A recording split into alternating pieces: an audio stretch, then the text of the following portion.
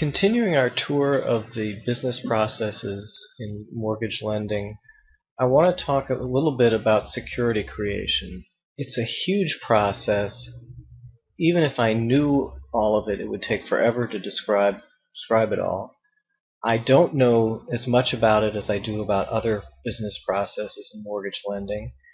And on top of that, there really is a lot of legal technicality involved. So don't take anything I'm about to say as definitive. I'm not a lawyer. I'm not a securities lawyer. This is kind of my rough sketch of the security creation process. So I'll start with pooling. And I have these weird acronyms, WAC and WARM. That's because when you create a pool of mortgages, before I get into pooling, let me show you an offering circular this is a Freddie Mac. Freddie Mac calls its mortgage securities pass-through certificates. Participation certificates, PCs. Fannie Mae calls its securities mortgage-backed securities, or MBS, and that's actually the more common industry term. And it says PCs are securities that represent undivided beneficial ownership interests in and receive payments from pools of 1 to 4 family residential mortgages that are held in trust for investors. So you saw the term pool, and so a pool, you take a bunch of mortgage loans that Freddie Mac has guaranteed, agreed to purchase and guarantee. So, it could be somebody's loan for $150,000 at a 4.25% interest rate that has 358 payments due. That is, maybe they've already made 2 payments. Somebody else, $249,000 loan, 4.00%, and it has 359 payments to go. Anyway, so you take a whole bunch of these, at least 100 typically, loans, and pool them together. And this WAC is weighted average coupon. That's one way of quickly describing the mortgages in the pool. WARM is weighted average remaining maturity. Remember that some of them could be a couple months old. So in general, the art of pooling includes trying to have coupons that are as close to the same as possible. You don't want to have a 4.25% mortgage pooled with a 3.5% mortgage, and with remaining maturities as close together as possible. You don't want the maturity of one loan to be 10 months longer than the maturity of another. So that's WAC and WARM, and there are other characteristics. In fact, let me show you some of the other characteristics.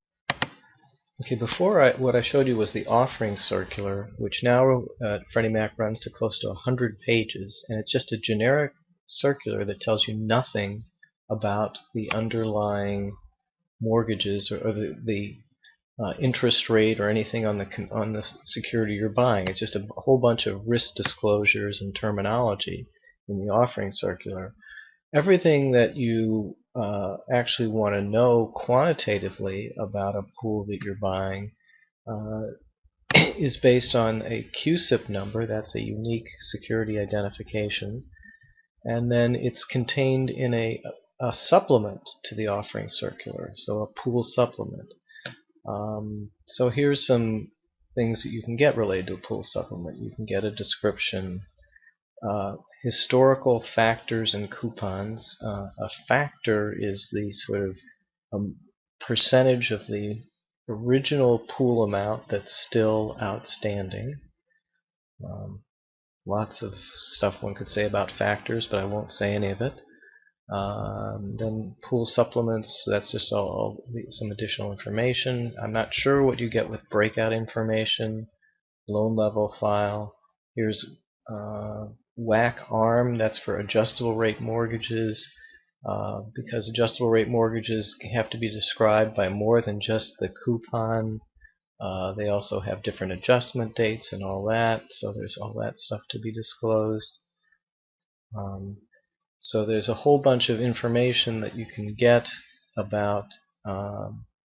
Let me suggest like the things like quartiles would probably be the percentage of coupons, the 75th percentile of coupons or the 25th percentile of coupons in a pool, because all these things affect the value of pools.